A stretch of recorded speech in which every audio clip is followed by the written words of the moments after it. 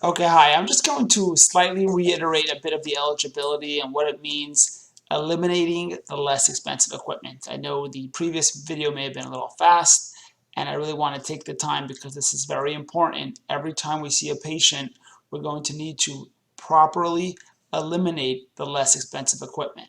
So for a motorized wheelchair, in order to justify the motorized wheelchair, what we need to do is eliminate as to why the patient cannot use a cane walker, manual wheelchair, and scooter.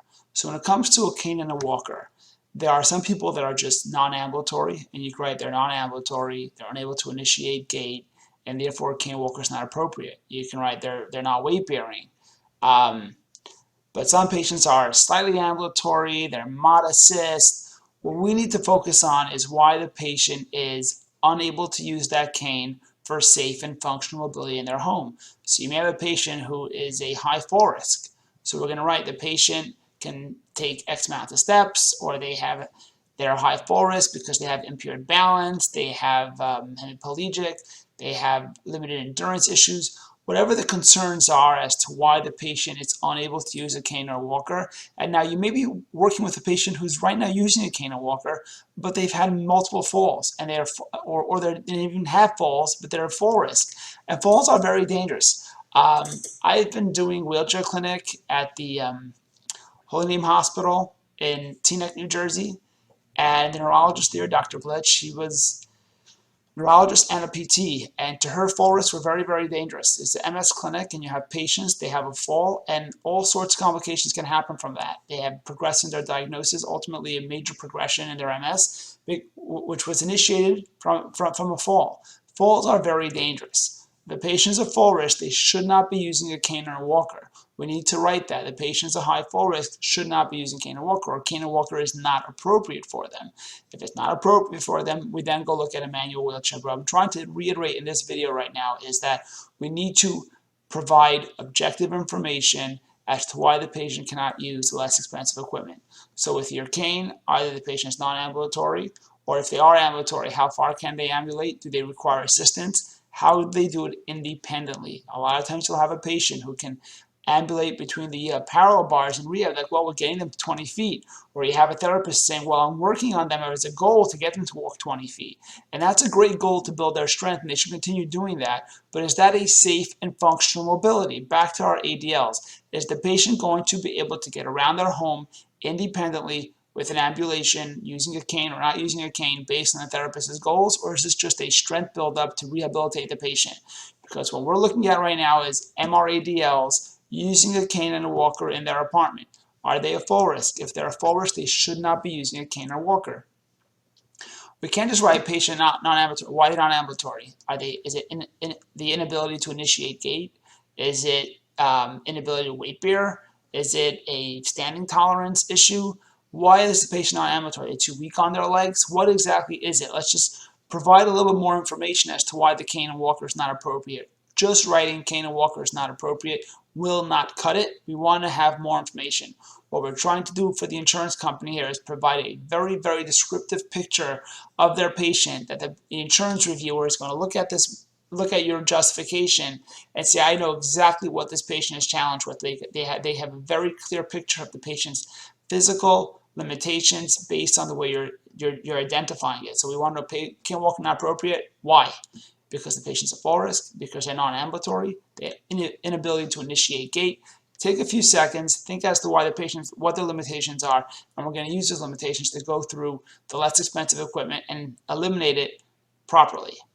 So that's your cane and walker, fall risk, history of falls, inability to initiate gait, impaired balance, or just non-weight bearing. There may be other reasons as well, but you want to really focus on that. And then you're going to write cane and walker not appropriate. You can't just write patients at full risk and therefore we're looking at motorized wheelchair. Patients at full risk and therefore cane and walker is not appropriate. Now, on the manual wheelchair side as well, manual wheelchair didn't work. Why not? Why is the manual wheelchair not going to work for the patient?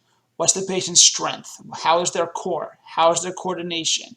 How far can they propel when trial? The insurance want to know what happened when we tried the manual wheelchair. Now, you don't have to go through every single manual wheelchair, every configuration, but a lightweight manual wheelchair, why can't the patient self-propel it? We want information. If we're just saying it based on weakness, then This is an insurance. The Medicare came up with this calculation. If the patient has 3+ over 5 or more in their extremities for strength, insurance says that's enough for them. It's enough strength to self-propel. However, if they have 3 over 5, 3+ over 5, and there's also limited endurance, there's also impaired trunk control, there's also limited range of motion, any other limitation in conjunction with the weakness is important. That we include all that information is to explain there may be weakness plus CHF limited endurance. But there's weakness there as well. So we want to focus on the weakness, the limited endurance, the poor trunk control, the impaired coordination, any sort of factor that the patient is challenged with that is supporting as to why the patient is unable to self-propel a manual wheelchair is important to note. Now, another very important part is sometimes you have a patient who says, well, I can get there if I try, and we're working on propelling them. We're working on our therapy goals here is to get them to be more independent with the manual wheelchair. However, just like there's a tug test, time up and go for ambulation, there's also a test for manual wheelchair mobility. So if the patient can physically self-propel himself from his bed all the way down his hallway to his bathroom and go to the bathroom, however, because of the amount of time and taxing and endurance the patient has, 9 out of 10 times, or not even 9 out of many times, the patient's not going to make it that far. It's not a functional mobility. It's taking them way too much time. If it takes them 10 minutes to go from their bedroom 15 feet to go to the bathroom, that's too long to go to. The patient's not going to accomplish their ADLs. They're not going to get to their kitchen to eat their meals if it's taking them so much if it's so taxing on them and it takes them that much time to get there. They're not going to be getting around for their ADL cares. In essence, they're not having functional mobility. When we look at a manual wheelchair, we want to know, can the patient do it? Is that a functional level? If it's a non-functional level, we want to write that. This is not a functional level. This is how long it took. The patient is unable to use the manual wheelchair for X, Y, and Z. So again, we really want to focus in on a lot of objective information as possible. What's the patient's weakness? How's their core strength? How's their coordination? How's their range of motion? How's their endurance? Do they fatigue? Things like that we want to focus on. Can the patient weight shift? Can they transfer from this chair? These are things you want to focus on in a wheelchair as to why the manual wheelchair is not appropriate. And then with the scooter as well, we have 3 primary reasons why we're going to eliminate the scooter. You have your transfers, you have your ability to maintain safe posture, and to navigate the home. But when we talk about transferring, how's the patient transfer? Is it easy to get a patient on a Hoyer transfer? Then you can't Hoyer from a bed into a scooter. Does the patient have the core strength? Now a scooter, again, is designed as a mobility device for somebody who doesn't really have a physical limitation, more of a endurance limitation. Somebody has CHF, COPD, they can stand up, they can get into their scooter, now they need to get down the long hallway to an assisted living shared dining room. So they need a scooter for that. They can make it to Walmart, they can't get around the entire store, they get in a scooter. Somebody who has a greater limitation than that, a scooter is not really a posture device. It doesn't really provide any posture support. It has these 2 little flimsy little armrests and a little low backrest. You have to have a good core strength to maintain posture on a scooter. The patient who has impaired trunk control, they're going to slide out of a scooter. The scooter is not adequate posture support for a patient with impaired trunk control. If the patient is unable to reach out and get onto both ends of the tiller, the scooter is not safe for them. They can't operate the scooter. And now there's one aspect of where it turns out interesting with the Medicare, because again, everything is for in-home use. Our MRADLs for in-home use, you want to focus on, can the patient navigate their home? Because essentially what we're writing is the patient requires a scooter to get from their bed to their kitchen.